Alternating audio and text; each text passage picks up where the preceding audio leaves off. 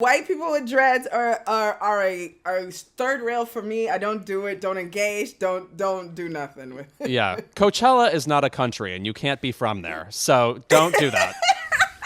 Welcome to Keep It, Cricket Media's show about pop culture and politics and what happens when they smack into each other at an alarming speed. I'm your host, Ira Madison III, a television writer and Fall Out Boy fan. I'm Louis Vertel. I'm a TV writer and Jane Fonda historian. And I'm Aida Osman. I'm a TV writer and alleged comedian. Let's get into it. This week on Keeping Up with the Californians, she's in. Olympian and reality TV star, well, that's a stretch. Caitlyn Jenner announced her run for California governor amid a recall effort against Gavin Newsom.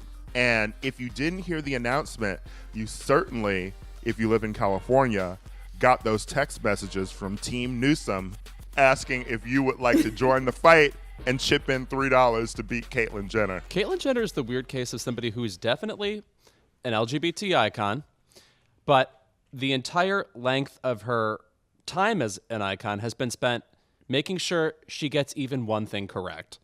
So why did she make the jump to decide we are now so behind her that she is a thought leader that we should trust her vision of a future, even though she is still committed to being a Republican and hasn't put the two and two together that, no, you can't be LGBT and a proud Republican. You can't. You cannot be one. Sorry.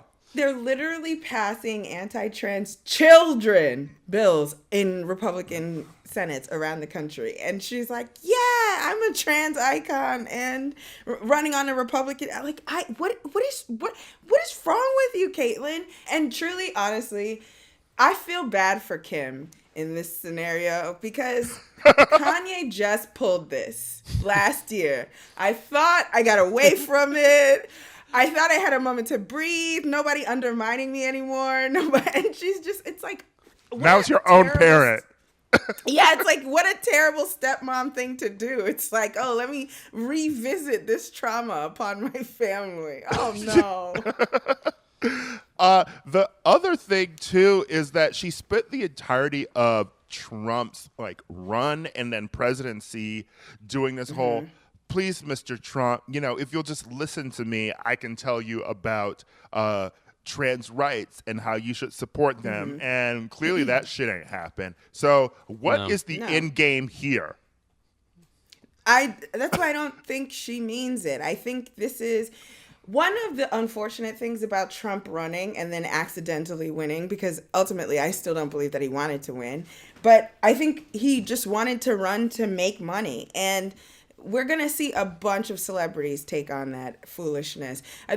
California was always ripe for, celebrity transferring into political clout. Like, this is that kind of state. But I think when we'll start seeing a rash of celebrities realize that you don't even have to appear serious, like Arnold Schwarzenegger being married to Maria Shriver, for example. Or now you could just be Caitlyn Jenner, who's been wrong about everything, like you said, for a long time, and associated with, I don't know, a clown car family of people just in plastic surgery stepping out of clown cars. I don't know. It's disappointing because it feels deeply unserious to me, and I'm not in a place that can do unserious again. We just had unserious in a way that was too toxic for me to even dismiss this as an eye-rollable thing.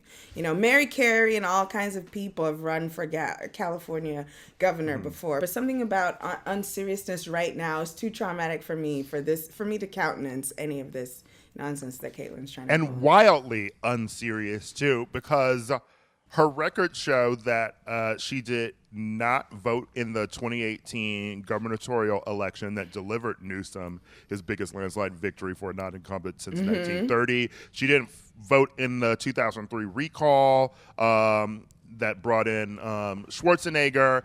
She's barely voted she did not cast ballots in nearly 2/3 of the elections in which she was eligible to vote since 2000. So she's not even voting. That's embarrassing. She should be embarrassed that she's not active as a civically minded person to begin with. You are a citizen, you're a voter, you should take advantage of your right. It's your civic duty. And then separately, I would be too humiliated to show the holes in my voting record and then ask you to show up for me. I've not shown up for anybody, and I'm going to ask you to show up for me? How dare you? Yes, well said. Yeah, I just can't picture this person inspiring me ever. So it's a pain and a chore to think about. As a what you just said is an unserious reality. It's like I almost want to say, oh, this is somebody who has so little faith in the political system to bring thinkers to the fore. But it's like, no, you're just delusional if you think you're the person it should be. So yeah, Yeah. Right, and her Instagrams with like a Caitlyn for California mug. It's like you're just trying to sell merch. yeah, Yeah, exactly. You know? It's so frustrating because it's another open scam, and I'm tired of people trying to scam me. Like, I really am so over, like, Trump has scarred me in a way that is embarrassing, but like, I don't need stuff like this anymore, you know? And her platform really too, like, if she even has one, is just sort of like going in on how small businesses have been devastated because of the over-restrictive lockdown. And an entire generation of children have lost a year of education and have been prevented from going back to school, participating in activities, or socializing with their friends. So also, her entire reasoning for running is that saving people from COVID was bad. right.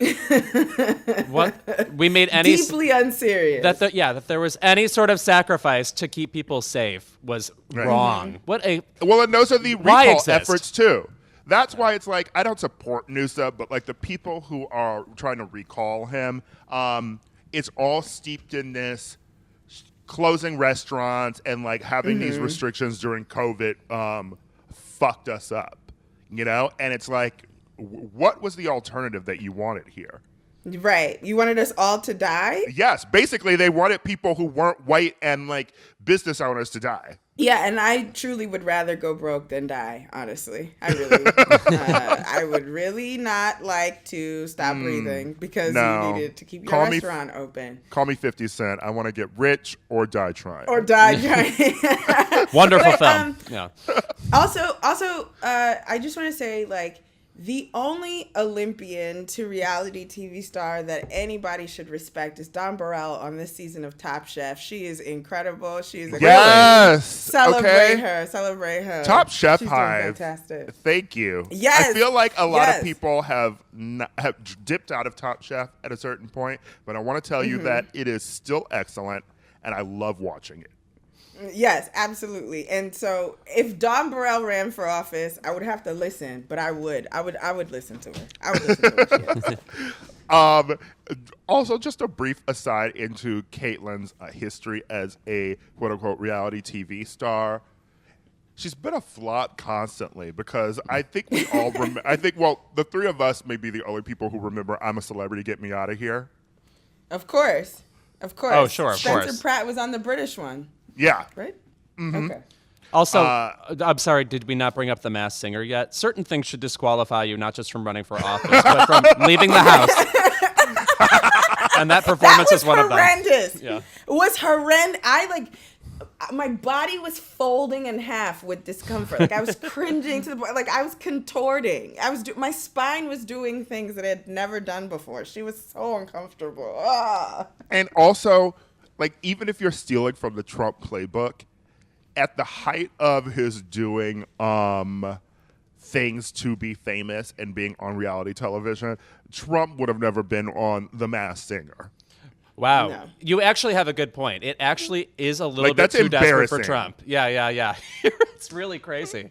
I've never once Right. thought that could be true, and you just defined it. I want to know how Chris feels about this. You've actually found someone in the world more shameless than Donald Trump. I cannot believe it.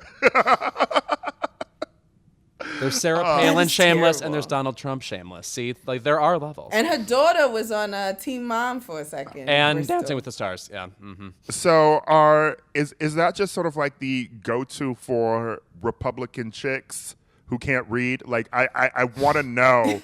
I want to know like what the conservative woman Masked Singer pipeline, like who created it? Right. who is And how can running we it? stop it? Right. Yeah. Mhm. How can we block it? Yeah.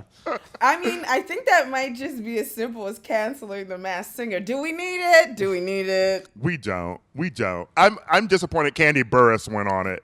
Oh yeah. I can't believe it. Excuse me. Wasn't Patti LaBelle on it? I mean, just Yes. a ton of crazy people have been on it. That show has gotten people to be like super fans of Jenny McCarthy and Robin Thicke. I'm not saying I don't enjoy a Robin Thicke song, but also like Nicole Scherzinger. Like, this is the lane we've chosen for her. I'm concerned. Well, so I am an undercover Black woman who loves Robin Thicke. Okay. So, Speak on it, Rae. So any way to whitewash all the negativity he got a couple of years ago, with the whole stealing from Marvin Gaye and Stalking maybe Paula, being rapey, The stalking Paula Paula, Patton making that album. awful Yeah. album. Yeah. and Because cheating on his beautiful Black wife and then stalking her on wax. Yes. yeah. But I'm here for the rehab of Robin Thicke's image because Can You Handle It is my favorite Usher song, and he wrote it, and I don't know what to tell you. He's incredible. He's one of the few people who does Blue Eyed Soul, and I quite lean in, He's the antithesis of Justin Timberlake for me, and so I'm Robin Thicke Hive all day, every day. Interesting definition, the antithesis of Justin Timberlake. I've not heard it defined that way, and I'm you really kind of have changed something in my brain. I'm thinking about it. Yeah. Think about it. Think about it. Unfortunately, the thing that actually got Robin Thicke up out of here was the snitching on Pharrell. Right? I thought Pharrell snitched on him. Did Pharrell snitch on him? I thought that I don't remember. Well, all I know is that it was their involvement in the Marvin Gaye stealing scandal that I sort know of they ended broke up things. as friends because Yes, of they it. broke up as Yeah. friends, and I feel like that is what made his career take a nosedive, right? It wasn't the Paula stuff. I thought it was the video that all these we were in a very men shouldn't look at young women on camera kind of moment, and I thought he went down for that. And then with the VMA's performance with Miley kind of solidified it. I thought. Yeah, I would just offer that Justin Timberlake knew that you could screw over women, but you couldn't he never pissed off Pharrell or other men. Good point. Robin did. I want to say, and I don't want to cast away the entire Thicke family because, first of all, Alan Thicke, friend of Alex Trebek, yes, and also the writer of the first Wheel of Fortune theme, Alan Thicke, weirdly versatile singer of the talent. Different Strokes theme. Yes, singer of the he's Canadian white dudes are special in a certain way.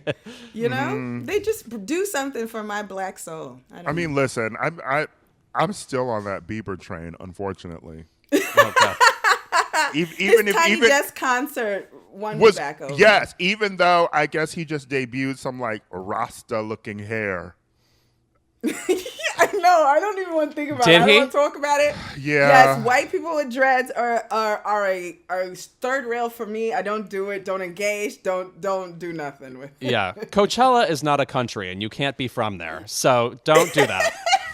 I will say famously, they are often the white people who do compliment you when they're on drugs at a music festival. So they're very positive. I just don't want to see it. Right. Keep it to the gigantic Scott Rudin profile that came out from the perspective of his terrified and traumatized assistants. I mean, I could go through the specifics of all the things they say, but things like you basically shouldn't move if Scott's in the room. You basically should know you have to duck if he throws a phone. He's a Tyrannosaurus Rex. Right. And when you read all of these indignities that these people have to go through for, an assistant's salary, you wonder how could this happen? How could this go on for not just 5 years, generations? This person's, a showbiz veteran, and it's just so rare that we see a bunch of experiences lined up like this where it becomes so apparent that something psychotic is going on.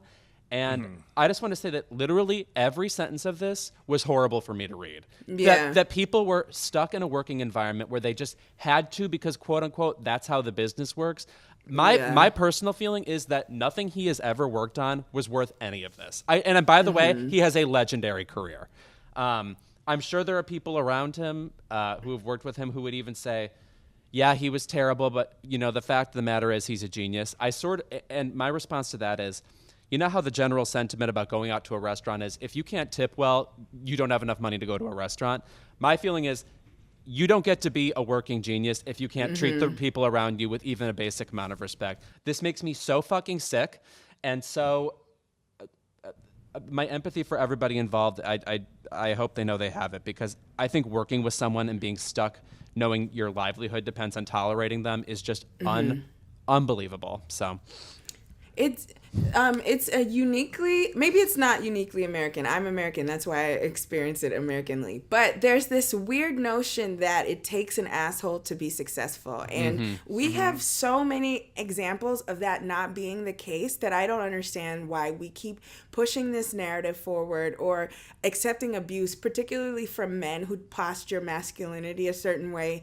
It's just boring and uninteresting. Aside from the fact that it's abusive, it's just like the notion of the like problematic genius or the asshole who gets something done. It's just so boring and cliche and tired, and we have too many examples of the opposite being true for us to keep believing in this myth. Yeah, well, definitely. And unfortunately we also just have a bunch of culture that supports it too, in film and television. It sort of became, I even had to check myself on a screenplay I'm writing, with like a character who's a boss, right? The default in our brains is you can have a boss who's like a Ari on Entourage, you can have, The Devil Wears Prada, Meryl Streep, it's like that has become shorthand for a boss is an asshole, but funny. And it's like, it's funny that they like yell at their assistant or something like that. And that is another thing that we are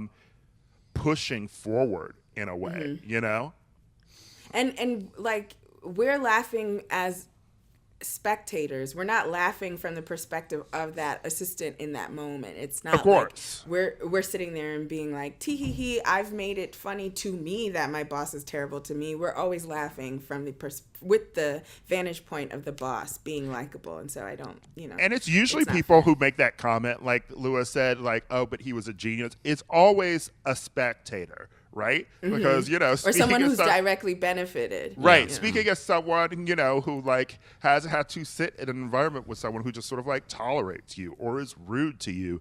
And on the outside, people are like, but, the product is good, so like they don't really care that person's an asshole. It's not great. No, when they bring up specifically in the article too that he is exactly like J.K. Simmons in Whiplash. I mean, when you watch that movie, you think to yourself like, all right, this is a version of a kind of person that exists, but it's obviously hyper theatrical and intense. And no, it's not. People really are that demanding and that unreasonable and that irrational. And so, as in addition to being violent, which J.K. Simmons also is in the movie. Yeah. So just, I thought that was an unbelievably harrowing read. Yeah, even past like Me Too and a lot of these reckonings, like how many of us have like people we work with, like your agent or like a lawyer or something, and it's like you always hear the shorthand like, they're crazy, but they're good at their job. Yeah. Right, yeah. Find someone who's good at their job who's not crazy. Yeah. Also, last note, my favorite part of that thing that came out was that quoted in it was Meg Ellison, who runs Annapurna Pictures, about like how awful Scott Rudin was. And then the report came out that she ran Annapurna just like that and was equally awful. It was like, girl, you really tried to get one over. Yeah, she tried to girl boss it ahead of the story.